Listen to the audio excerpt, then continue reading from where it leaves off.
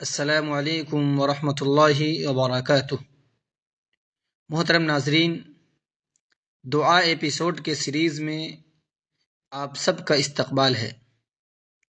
آج میں آپ کے سامنے جس دعا کو لے کر کے حاضر ہوا ہوں وہ ہے وضو کے بعد کی دعا، وضو کے بعد پڑھی جانے والی دعا۔ تو اس دعا کو شروع کرنے سے پہلے سب سے پہلے میں آپ کو یہ بتا دوں کہ وضو کرنے سے پہلے جب وضو شروع کرتے ہیں تو اس سے پہلے ہمیں بسم اللہ پڑھنی چاہیے، چاہے ہم بسم اللہ پڑھیں صرف یا بسم اللہ الرحمن الرحیم دونوں پڑھ سکتے ہیں، کوئی حرج کی بات نہیں ہے۔ تو وضو کرنے سے پہلے ہم بسم اللہ یا بسم اللہ پڑھیں گے، اس کے بعد جو وضو کا جو سنت طریقہ ہے اس طریقے سے ہم وضو کریں گے، اور اس وضو کے بعد پھر ہم یہ دعا پڑھیں گے۔ تو سب سے پہلے نمبر پر ایک دعا ہے، اشہد ان لا الہ الا اللہ وحدہ لا شریک لہ واشہد ان محمدا عبدہ ورسولہ۔ میں پھر سے آپ کے سامنے دوبارہ ریپیٹ کر رہا ہوں، آپ ذہن سے سنیں اور اس کو یاد کرنے کی کوشش کریں۔ اشہد ان لا الہ الا اللہ وحدہ لا شریک لہ واشہد ان محمدا عبدہ ورسولہ۔ تو یہ ہے وضو کے بعد کی دعا۔ آئیے ہم اس کے ترجمے کو بھی جان لیتے ہیں۔ تو ترجمہ یہ ہے، میں گواہی دیتا ہوں کہ اللہ کے سوا کوئی معبود نہیں، وہ تنہا ہے، اس کا کوئی شریک نہیں، اور میں گواہی دیتا ہوں کہ محمد صلی اللہ علیہ وسلم اللہ کے بندے اور اس کے رسول ہیں۔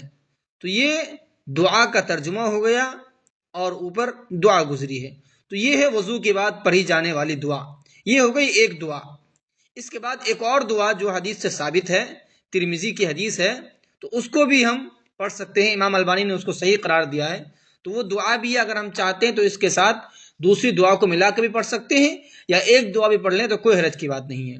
تو میں اس دعا کو بھی آپ کے سامنے پڑھ دیتا ہوں، اگر آپ یاد کر سکتے ہیں تو اس کو بھی یاد کر لیجئے، جو اس میں سے آپ کو آسان لگے اس کو یاد کر کے پڑھ سکتے ہیں۔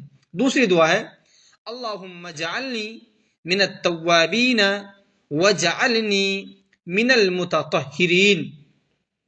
اللہم اجعلنی من التوابین وجعلنی من المتطہرین۔ آئیے ہم اس کے ترجمے کو بھی دیکھ لیتے ہیں۔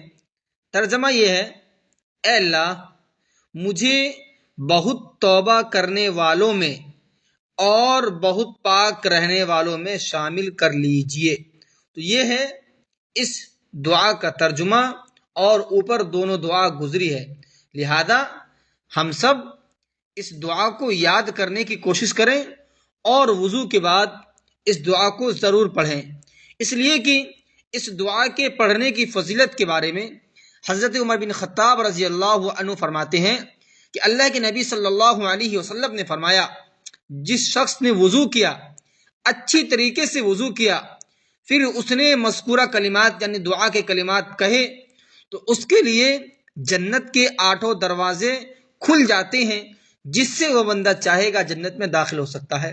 تو یہ ہے اس دعا کے پڑھنے کی فضیلت کہ جو انسان وضو کے بعد اس دعا کو پڑھے گا، اللہ تبارک و تعالیٰ اس کے لیے جنت کے 8 دروازے کھول دے گا، وہ جس دروازے سے چاہے داخل ہو جائے۔